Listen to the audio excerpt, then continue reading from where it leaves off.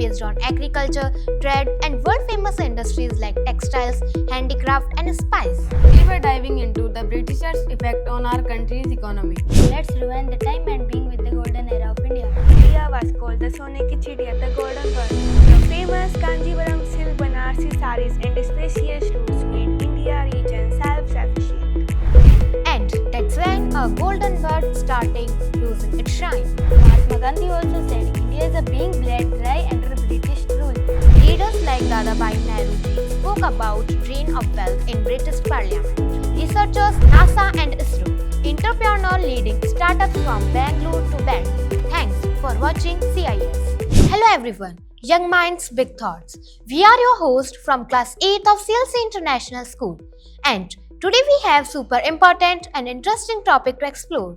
Yes, we were diving into the Britishers' effect on our country's economy, how India went from one of the world's richest country to a struggling colony, and how it all changed under British rule.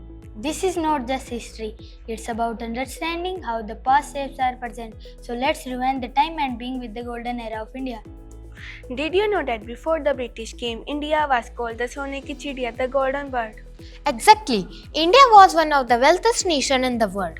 We had strong economic based on agriculture, trade, and world-famous industries like textiles, handicraft, and spice. In fact, India contributed about 23% of the world's GDP in 1700s. That's more than China or Europe at that time. And our cities like Mughal Delhi, Bengal, and Surat were global trade centers. Foreigner traders from Europe, Arabia, and China used to come here for business. We exported fine silk muslin from Dhaka and colorful dyes. The famous Kanjivaram silk Banarsi saris and spacious routes made India region self-sufficient. So basically, before British rule, India was thriving both economically and culturally.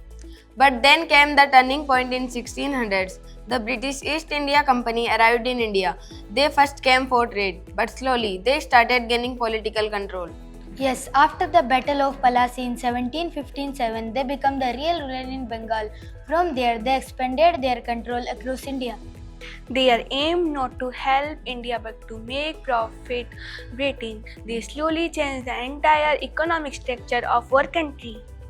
And that's when a golden bird starting losing its shine. Let's look at some major ways in which the British ruined India's economy. First, they destroyed Indian industries, especially our textile industries. Indian weavers forced to stop production, their thumbs were even cut off sometimes to prevent competition. Can you believe that British cloth made in factories and Manchester was dumped into India? Indian market were flooded with British goods. Second, the Jamidari system. British introduced heavy land taxes. Poor farmers were forced to grow cash crops like indigo, cotton, and opium, not food grains. This caused famines. Millions of people died because they could not afford food or it simply was not being grown. Third, all the profits were sent to Britain. Raw material were taken from India, sent to British factory, and our finished goods were sold back us to at high price. It was like we were made poor to Britain rich. This is called reign of wealth and it went for nearly 200 years. Let us hear a real example. Bengal. Before British rule, Bengal was one of the richest states. But after British took over, within few decades, it became one of the poorest. Another example is the Great Bengal Famine of 1943. Around 3 million of people died because the British exported rice while people here starved. Mahatma Gandhi also said India is a being bled dry under British rule. The British built railways, yes, but to mainly transport goods for their benefit, not ours. The fight for freedom is not just political, it was also economic. Leaders like Dadabhai Nehruji spoke about drain of wealth in British Parliament. Swadeshi movement encouraged Indians to boycott the British goods and promote Indian-made products. Even after independence in 1947, India's economy was in ruins. Our literacy was low and industries were destroyed, and we have very little infrastructure. It took decades of hard work, planning, reforms to bring India back on the path of development. Today, India is fastest growing economy in the world. We have advanced technology, space research, medicines and more.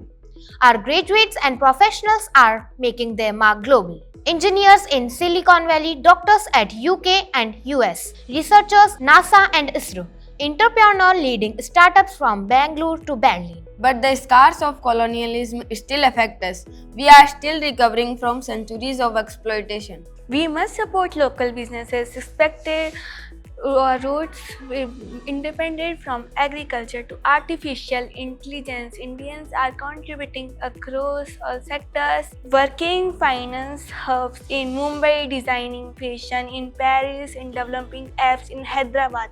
So friends, we hope you learned something valuable from this podcast. India's journey from rage to ruins and back from rise is full of lessons.